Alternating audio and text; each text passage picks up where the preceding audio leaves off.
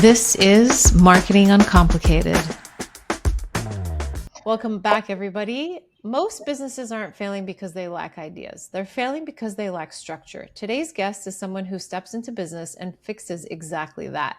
Owen Carhart is the managing partner of Business Optimization Group, where he helps companies move from chaos to clarity, often acting as a fractional CFO or COO to clean up operations, improve cash flow, and actually make businesses run like businesses. If you've ever felt like you're busy but not really growing, this episode is totally for you. So, Owen, welcome to the show. It's so good to have you. Thanks, Sasha. Really pleasure to be here today. So, I'm really excited for this conversation because I think a lot of people listening are in that place where they're working hard, things are in motion, but something just isn't clicking. And I know that that is the most lucrative, business that drops in where you can support them. But before we dive in, give us the real story. How did you end up doing what you're doing today? I had my own journey as an entrepreneur. I started my first business when I just out of college in 2009. I could not find work. It was the middle of the big market crash, and I couldn't find anything. So I started my own business in finance and investments. And I went through a journey building that company and a journey subsequently after selling that company, building other companies. And I made a lot of mistakes. And I decided after my most recent exit that I would give consulting a shot, see if I liked helping other business owners, and I loved it. And so I decided that this is what I was going to do, likely for the rest of my career. I still own other businesses and I still take opportunities when they come. If something is really, really appealing, I'm happy to jump in because I'm an entrepreneur. I can't really help it. Yeah. And it's just great to help other people in business avoid pitfalls and show them how to have a good time while making some money. I love that. You said something interesting about helping businesses operate like real businesses, and I hear you say this a lot, not just busy ones. So, what is that? What does that truly actually mean from that standpoint? It's a function of systemization. So creating systems inside your business that are repeatable and work and are going to help you so that you can move through your workflows more quickly and help your customers more quickly and more efficiently. That would be, I say, the biggest thing. It's understanding what your limits are and how to grow and how to create systems that you can step back from and look at from 1,000 feet in the air and say, okay, this is working, that's not working. So, as an example, if you're a lawyer, you're excellent at practicing law, you know exactly how to practice law, but the business of running a law firm is running a business. It really has nothing to do with practicing law. Practicing law is the service, but running the actual company, understanding what your matter capacity is, for example, and when you're hitting that matter capacity, understanding when to hire someone. That's running a business. And that's what I would say is the biggest thing for people to understand is they have to create systems. Otherwise, they're just juggling. And a majority of the businesses that you step into, I mean, what's the percentage of folks not having that true system in place? Is it like Well, I mean, 90%? yeah, I would even say all of them, because that's why Yeah, it's I'm there. not surprised. But a lot of them do have systems in place, but maybe they're outdated systems. For example, I just started And they're working. just struggling to keep up with what they're utilizing, I'd They're imagine. struggling to keep up, or they've been doing something for so long one way that they haven't modernized it. They haven't, and that's like cutting with a dull knife. If Oof. you, not fun and dangerous, frankly.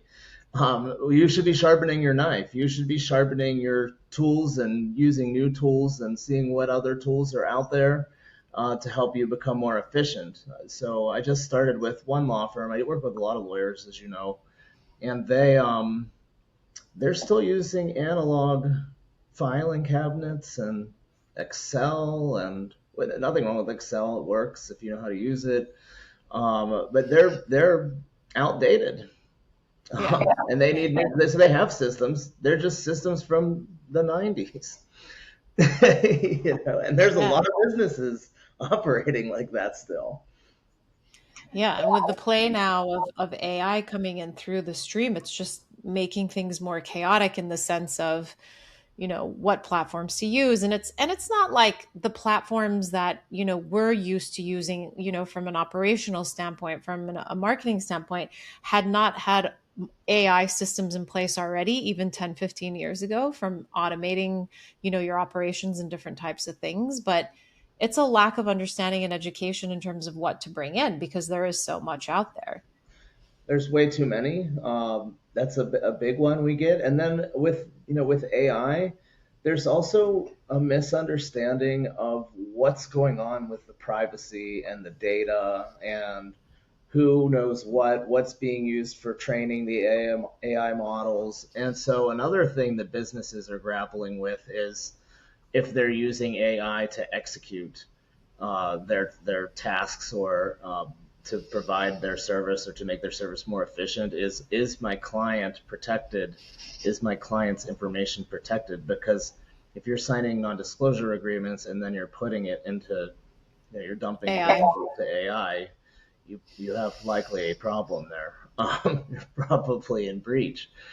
Some companies don't care; they just want to get what they want to get done, and some are more mindful of that. But it's definitely something that everyone's looking at, not just the options. There are so many options that can be very very challenging to discern which one's the right solution for your business, no doubt. Yeah. I think it's almost like you have to add a line item to your contract to say, please don't dump any sensitive information into AI, a Mm-hmm. breach of, uh, not breach of interest, but a breach of identity or like whatever it is. I mean, because, especially with law and with, the medical industry, it is a touchy subject. And right now, the regulations around AI aren't really set in stone per se, and a Or lot of people are just going haywire. lack thereof, right? There For really aren't sure. a lot of regulations at this point in time. Not at all. Yeah. I think Europe is doing a better job than we are at that with that. I think with regulation, that's typical. Yeah. Yes. We're Uh, just the wild, wild west. yeah. I we really have had it, with AI and the adoption of AI. There are a lot of companies. The leadership maybe isn't ready to adopt AI, but their employees are using it anyway. Just so we're all clear there, that Oh, yeah.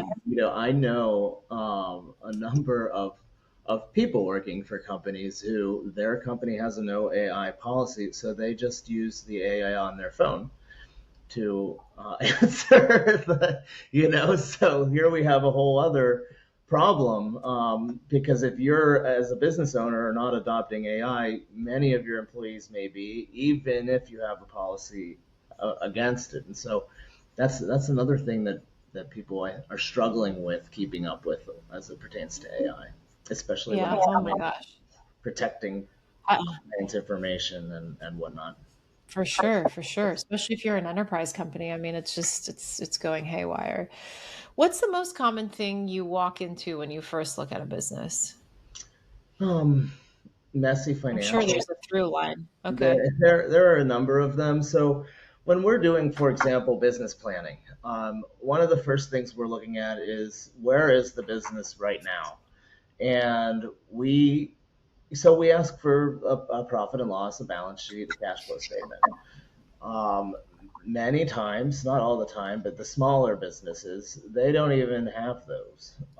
So it's like, okay, um, how much money are you making, and what are you selling? Many times we will, and this is more often the case than not having the financials at all. We'll walk into a scenario where we're like, okay, let's take a look at these financials. But the financials are using a standardized chart of accounts that is fine for the CPA to look at and understand what's deductible, what's not deductible, et cetera, but is not fine in the sense that it's not telling the owner what's going on in their business. The profit and loss balance sheet and the cash flow statement, and there's many other reports that you can look at as well. But those three, they're the big ones I think that small business owners are looking at. Those three are the ones that tell a story. They tell us how much we're making and where we're making. It should be telling us where we're making that. So if you have only one service, then it's fine. You can just have the hourly billing, for example. But if you have multiple products, you want to know, or multiple services that you offer, you want to know where you're making your money. Where's all the money coming from? What's the margin? I have lots of businesses that don't know what their margin is. Particularly professional services businesses, they don't consider margin because it's just like time. You have to consider what your margin is and figure out what your margin is, and so that you understand where your profit centers are, where to direct money. That is the number one thing that I run into when I come into businesses, is they don't have meaningful financials, and many times that's the first thing we're cleaning up. So no meaningful financials, meaning lots of money either wasted, left on the table, not migrated in the right direction for the business. So I'm sure you've presented some companies with, money, X amount of money wasted, Mm-hmm. um, We find certain lots of wasted money, lots of, even when we just start looking at recurring. money being spent in areas that it shouldn't be spent in, Yep. Recurring payments that are not like subscriptions that aren't being used is a big that one. they've set up from 1996 and haven't Yeah, canceled. yeah. And actually that's one of the I'd say one of the biggest advantages to working with us as well is we aren't a cost center. We find ways to save the business money, or we save the business money by looking at risk and mitigating against downside risk for the company. We're, yeah, you have to pay us, but we generally, especially when I find that the financials aren't looking great, I almost always pay for myself, or my company pays for itself. And if, even if you're not using someone like me, you're not hiring a consultant like me, like look at your financials. People need to look at their financials and understand where their money's going, and they will find savings just by reviewing it quarterly. They will find Yeah. money that's being wasted because it just happens. The That's business is busy.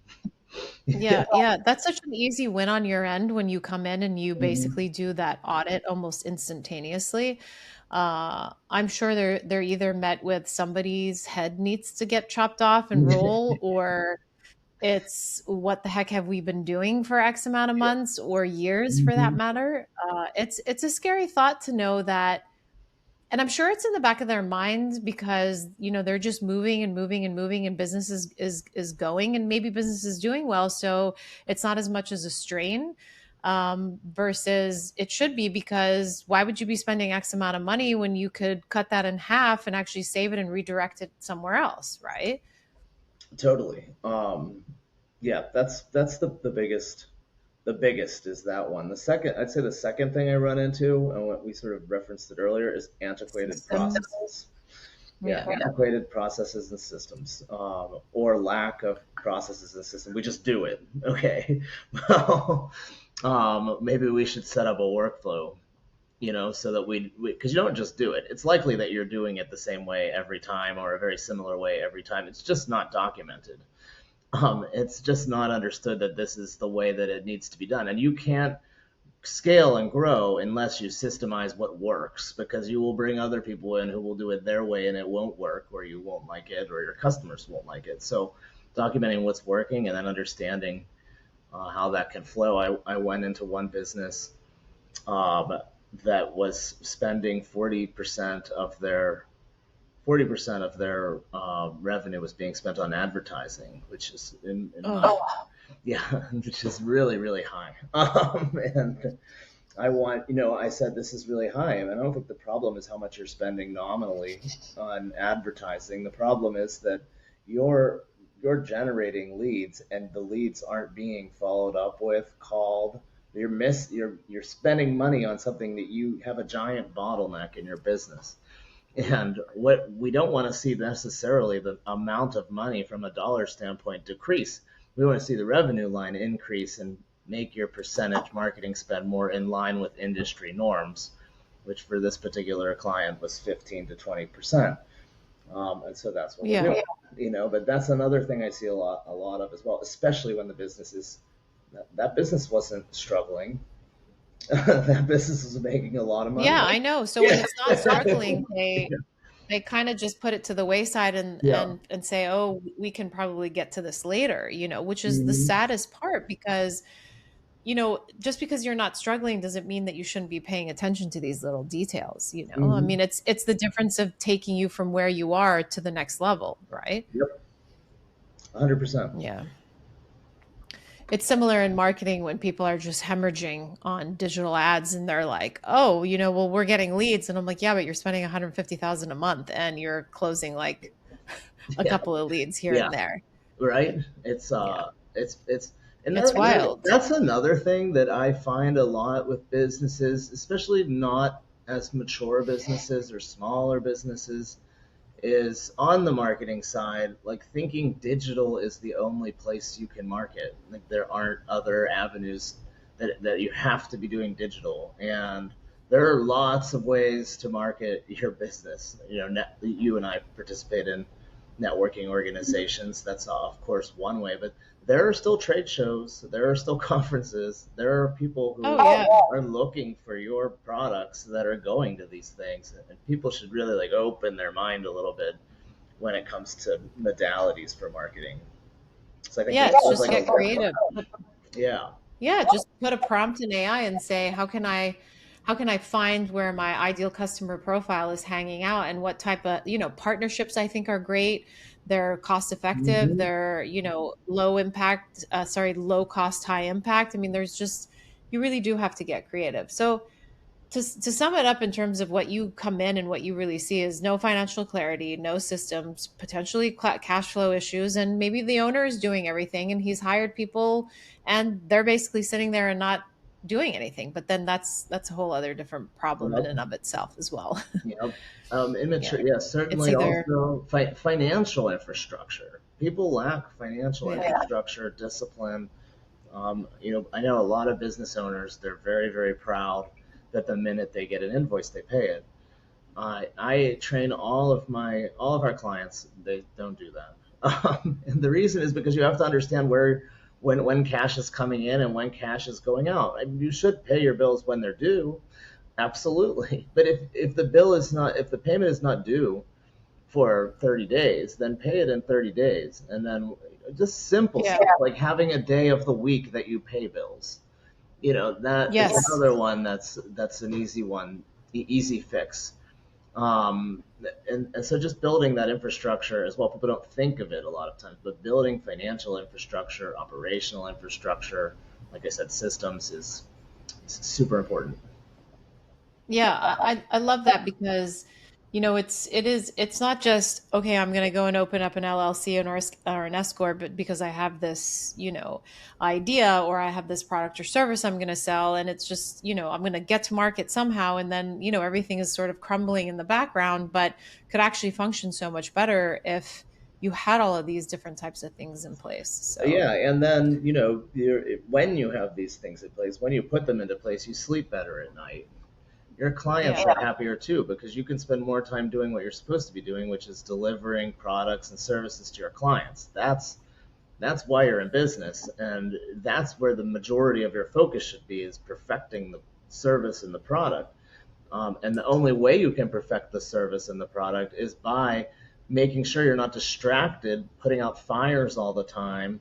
You understand how that service or product is getting to the market and ensuring that it's of quality for your client. Otherwise, the client will leave. When the client leaves, then you lose money, and then we have a whole yeah. other set of problems when if you're not delivering for your clients. It's extraordinarily important. And the systems will help you do that. You won't have crying in the shower moments anymore. You know, Yeah. like, Oh, it's like I'm breaking down the up and down roller coaster of yeah, a founder, a or business owner. the Um, feast or famine model. you know, yeah, totally. Or the like mini anxiety attacks throughout the day. yeah, Um, Let's talk about something people avoid, which is the conversation around money. I mean, we've been talking about it a lot, Mhm. but where are business typically leaking money without realizing this? I mean, this could be ineffectiveness, inefficiency, poor pricing, lack of visibility, bad hiring. I almost think it's Yeah, all of the above. But it is. I mean, walk me through what you're seeing typically. Well, the first one we've already mentioned, and I wouldn't say it's number one, but since we've already mentioned it, I'll bring it back up, which is not canceling subscriptions.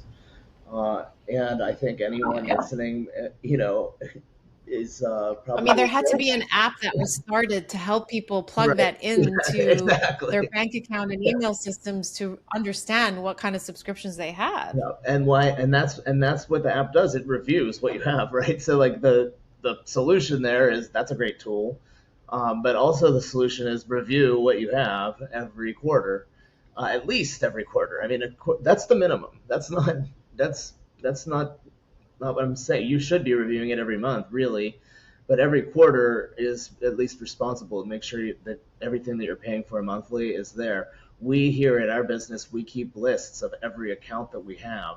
So if somebody leaves, if somebody finds a new job, we know what specific tool they may have been using for their function, nobody else is using, and we get rid of we don't need the tool anymore, or we pause it until a new person takes that role. So again, that's infrastructure. Now it's like, okay, what account is that? What's the username and password for that account?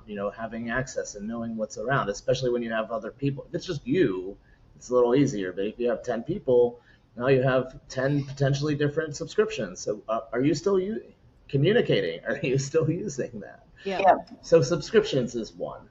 Another big one is not reevaluating vendors periodically. And so, for example, whenever I do the CFO work, we are getting insurance re-quoted annually. We don't just stay with the same vendor. We make sure that things change in the market, prices come down. I mean, the price of the insurance typically goes up, but there are times that the price comes down. Whenever you're getting re-quoted and you have your current carrier and the price is higher, okay, let's take it to market. So people aren't taking things to market all the time. Now, if you have a very special vendor relationship, then I can completely understand that. Marketing, for example, is a relationship business. Yeah. I wouldn't recommend that every year you look for a new marketer because that could be disruptive. Like that's not what I'm saying. But that would be terrible, a really bad idea. Yeah. But reevaluating from time to time, even on the marketing side, every few years, okay, is this relationship still serving us, or do I just pay this person? Like, so that's another one. Yeah. We've found a lot of savings in taking things back out to market. I'll give you an example. We had another legal client. I don't know why I'm. It's because I was working with the lawyers today, so I'm in helping lawyer mode. Mode. And they were using a translation service, and they were overpaying by $2,700 a month. A month. Yeah. So they were very happy when we were like, you can use this other one and you will save $2,700 a month. Um, Yeah. so It's crazy. yeah, those are two big ones. Hiring is trickier. I do now. One of the things you want to look at is Like internal hiring, you mean for yeah, full-time positions? yeah. I mean, one thing people will overhire. So yes, for employees, Always. people overhire, and you want to look at a metric like this isn't the only metric, but one metric that is good to look at is revenue per employee, because that can give you a sense and look at what your industry's revenue per employee average is and see where you are on revenue per employee, and that's every employee, not just revenue producing employees, but all employees. And depending on what your average is, you should be able to see, like, based on that number, if it's time to hire someone else. If you're way below Yeah. your average revenue per employee, then it's probably not time to hire someone else. You have inefficiencies. If you're way above your average, then you might be pushing your team too hard, and it might be time to start looking at bringing someone else on to relieve let that release that valve a little bit. So that's another one that we're analyzing frequently. Yeah. If someone was actually listening to the full layout of, not like actually listening, but digging into the action steps, someone listening would take this and say, how can I build this out? So, I don't even know my numbers. Where do I start, without getting overwhelmed? So let's try and make this actionable. What are top three numbers to track? Cash flow versus revenue, profit margins. Break it down for them, how if they were to just go away from this podcast, something that they could tangibly take away to just begin something, start somewhere. When it comes to numbers, like what are the top three Yes. numbers to track? I mean, of course, revenue Yeah. is going to be a big one. The so most I would say all business owners at this point, they know what their big expenses are, and this goes for personal finance too. They know what their lease is. They know what they're paying their marketing The people. hard costs. The big stuff, they know what it is. But where things get out of hand is with the little stuff. And like again, I don't mean to beat the drum, but the subscriptions, these tiny little things, they add up over time into thousands or hundreds of thousands of dollars. So the biggest piece of advice I would give them is you already know your large costs. You know what your monthly overhead is, but what are the things that you're not paying attention to that are adding up and eating your cash? Because it'd be much better to have that $10,000 in your pocket than wherever it's going now. And again, it's just a hypothetical number, but I would say obviously you need to track your revenue, and that, maybe to some that sounds ridiculous, but there are people who don't track their revenue. I had another client who I was like, "Well, what's your revenue?" And I don't know. They were making a lot of money, but they don't look at the Yeah. profit and loss statement every quarter or every month. They ask their accountant for their profit and loss statement at the end of the year to file their taxes, and that's the only time they look at it. That's a mistake. I mean, sometimes I walk into scenarios in business, and this happens more frequently than not, and I'm like, how are you making money? Like with Yeah. it's shocking to me that you've been in business for Yeah. 25 years and you've been profitable for 25 years and you have literally like everything is wrong. It's like the vision that I have right now is just like this bullet train and someone hanging onto the side of the bullet train. And it's like, okay, we're moving, but it's like, I could fall off at any moment. Yeah, it's wild, it's and that's why it's also so fun because when you're working with these people, there are aha moments, there are light bulbs going on, light bulb turning on moments, which those are fun to walk people through. And we've been doing it for some time now, and so I know when the light bulb's going to go off, which makes it even more fun. It's like that light bulb's going to go off. You're like, it's coming, it's coming. Yeah. And now. Yeah, exactly. Yeah. So that, I mean, that's what makes my job so enjoyable, frankly. Yeah. Um, Yeah. and I mean, people they're making more money, even if they're not making more revenue, because as a function of us, they're putting more money in their pocket and they're being more efficient. And who doesn't like that? I mean, everybody enjoys. For I think sure. most people. Uh, Yeah. that's a good feeling when you accomplish something and you make something better. I agree. So this is something people are always curious about. Well, at least I hope they're curious about down the road and if they've been in business for, X amount of years, but it's valuation. And you and I have had multiple conversations about this. I've heard you, talk about this and but I want to dive into it a little more. How should somebody think about valuing their business, especially if they want to sell one day? Is this revenue versus profits, multiples, system increase value, owner dependency, decrease value? I mean, what does somebody really need to be looking at to think about what is the value of my business? Owner dependency is a huge one. If you and this goes back to the systems and processes. I mean, it's going to come full circle. People think I'm like a broken record, but I am systems and processes. Um, so Well, for it's almost like foundationally, yeah, it exactly. all boils down to like a few things. Yeah. Exactly. The number so the number one thing is that people mistakenly will not perform even a basic rudimentary valuation on their business until they're ready to sell the business. This is a mistake because valuation tells you the process of digging into the business and saying it's worth XYZ, whatever amount of money that is, it will tell you what's going well and what's not going well. And if you wait until the last minute to have your business valuated, then you don't have time to rectify what's not going well in order to get the most amount of money for your business.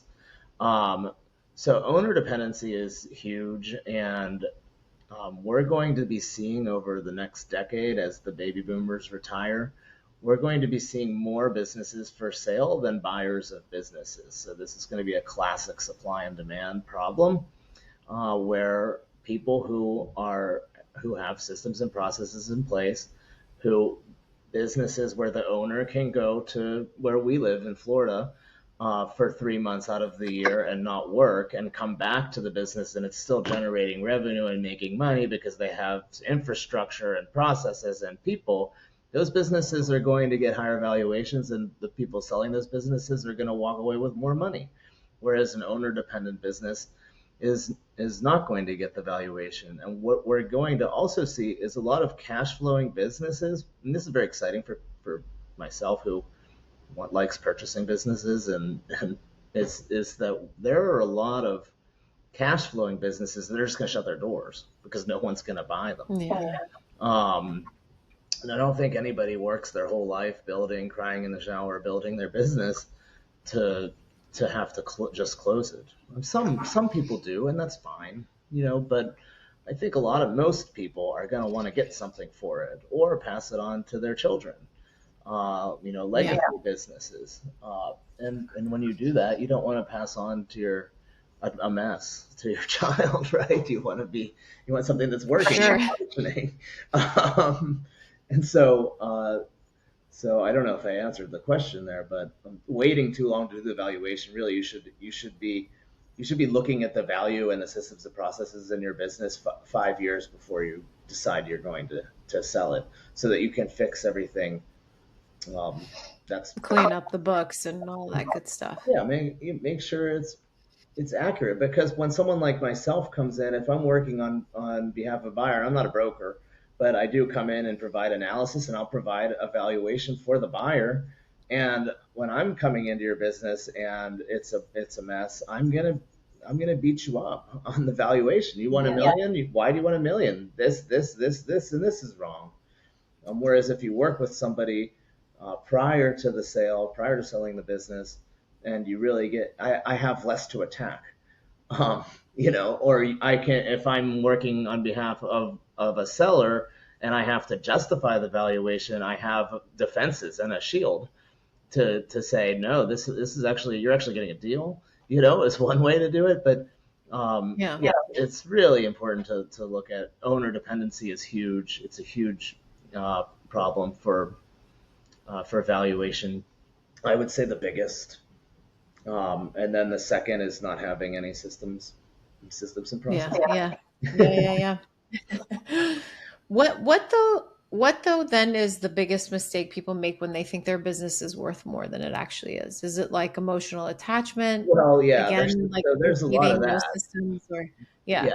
no, well, Like what do you mean my business is not yeah, worth there's a 20 lot of, million because dollars? there's ego, right, attached to that I've built this over the last 20 years, and it's got to be worth XYZ, rather than just understanding, like, we're just looking at numbers. There's no emotions. If somebody's going to buy Yeah. a business, there's no emotion in that, or very Yeah. little emotion. There shouldn't be much emotion because it's messy, right? We're just looking at the numbers and saying, like, this is what it's worth. So that, yeah, people thinking their business, people overvalue their businesses all the time. Yeah. Yeah. And We also, like, I mean, not to interrupt you, but in the yeah, VC world, when we hear about startups that are like, oh, it's been valued at, $2 billion or, $12 billion. And yeah. it's like, sometimes like in the VC world, companies haven't even made a profit and there's all of a sudden a valuation on them. Well, so and this is happening mostly in the tech world, and Yeah. and this is a whole other hour-long podcast, frankly. But valuation Yeah. methodologies in that world, I have some significant disagreements about the way that they value these businesses. Yeah. And so again, that's a whole different topic. But Yes. yeah, you don't. Also, like Amazon, though, you in some senses it can be justified because look at Amazon didn't turn profit for I think 9 years or a decade. I can't remember exactly. Don't quote me on that one. But Yeah. everyone's like, how is this worth any money? It doesn't make any money. Well, now it's making a lot of money. So Yeah. it's like what's the potential market and this pro forma type of work, which that's where that's coming from. But yeah, so people get way over idealize what the value of their business is. And the simple way to mitigate that, especially small and medium sized businesses, is to look at and find data on businesses locally that have also sold that are similar. And then you should get a pretty realistic look at what it's actually going to be worth if you compare Yeah. apples to apples. Another issue that people have is comparing apples to oranges. Yeah. Because like and this is absurd, but like my pizza shop is not, it should not be compared to an HVAC company when it comes to how it's being valued. I mean, that's Yeah. awful, Yeah. but It's true. there are people who are comparing the wrong thing when they're looking at the value of their business. Yeah.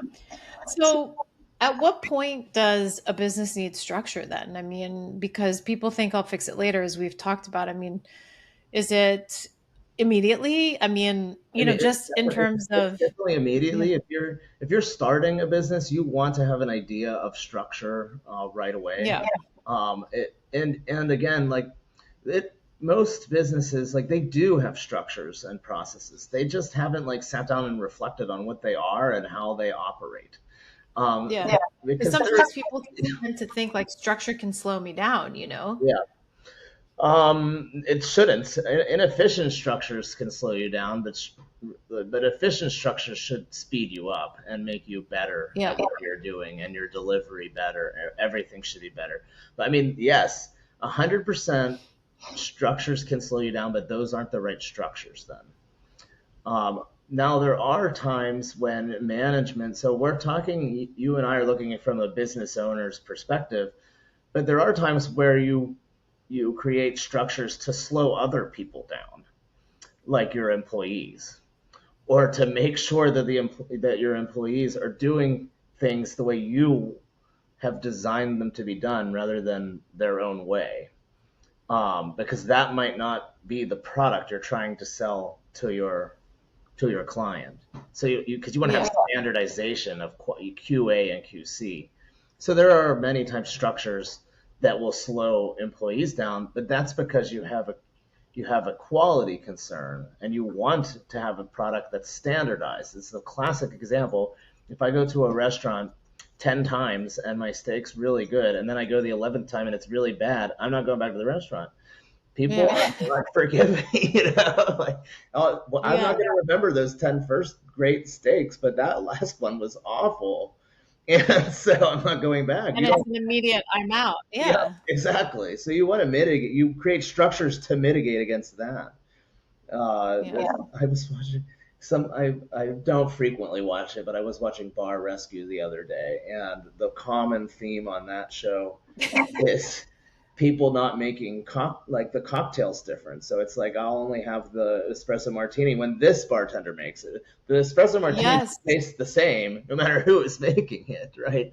So these are just simple, yeah. sort of silly examples, but the same thing's happening inside businesses all the time.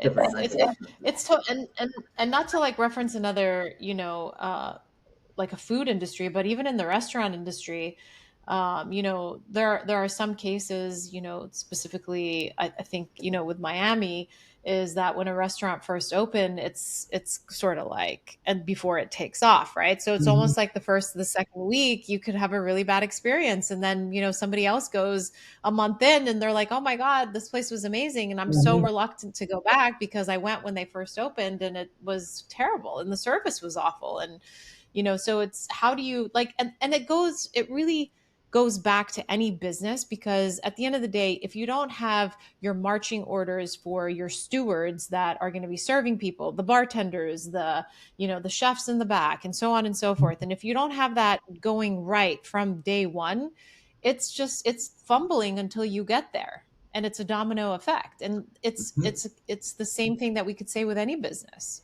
Yeah, and this is why it's incredibly important to have advisors. You don't want to live in a vacuum. You want Yeah. people. You want to be able to go to people that you trust, vendors that you trust, whoever, and ask for advice, and take feedback. In, feedback is a gift to help you improve, and don't take it personally. You need to improve, and having advisors helps a lot, even if they're unpaid advisors, people who your competitors, right? You can learn a lot from your competitor can be your advisor. Yeah. People have weird views of competition. I've another thing I find when I go into business, they're like, we have to crush this competition. Well, I mean, like, what if you have like why are you so mean? Yeah. Like, let's like take a step back. One of my first jobs before I went to college, during the summer, I worked for a rental company, and I'm a competitive person. And there was another rental company down the road, and I was like, oh, they must be terrible because they're not this rental company. But actually, like, there were times when that rental company would have too much work, and they would give it to the competitor. We're Yeah. all here to make, so it's like you don't have to be weird about competition. You do want to be better than your competition, but your competition can also be your ally. I think Sure. that's something people need to learn. I mean, that's why mergers exist, because two competitors decide to team up, and those sometimes can be very, very healthy. And Yeah, I like that. yeah, so Yeah. that's another thing. Anyone listening, but that hates their competitor, like, try to be nice to your competition. Yeah. In What's the hardest shift? Go go, ahead. sorry, no, go ahead. No, what was the last statement? Because I have a feeling it's going to be a good one. Well, I was just we had I also own a weight loss clinic, and one of the things that just drove me crazy was Yeah. how hyper competitive our competitors were, and to the point where they're doing things that are unethical, like um, Yeah. giving reviews on our Facebook that they had never been customers, giving us bad reviews, and yeah, I mean, this Yeah. stuff happens, and there's no need for all of that. We're a weight loss clinic. Do you know how much market in the United States there is for weight loss? Like, you're not gonna get it all. So much. No. Like, you can't even have True. the It's whole true. I mean, if market. you think how large the ocean is, and if you compare that your ideal customer profile is sitting in the ocean, everybody can get a piece out of it. Exactly. So have a healthier view of competition. Just, I guess that's Yeah, a totally. tangent I just went on there. It doesn't have to do with valuation, um, but We started with evaluation and it yeah. led And into then a really now good we're at point. advisors, and now we're in competition. Yeah. That's how it flows sometimes. Still great points, though. Um, from a founder mindset shift, what's the hardest shift founders need to make? Is it letting go? Is it thinking like an operator? Is it not being the bottleneck? It depends on the founder. Yeah. Uh, all of those scenarios occur in different personality types. I would say the biggest shift that everyone would benefit from is humility. Understanding that you are not perfect. No one is perfect. Your employees aren't perfect. Um, but and when you understand that, then you can improve. Because if you think you're perfect, you're wrong. And if you don't, if you're incapable of being wrong, then you can't improve. So number one would definitely be humility.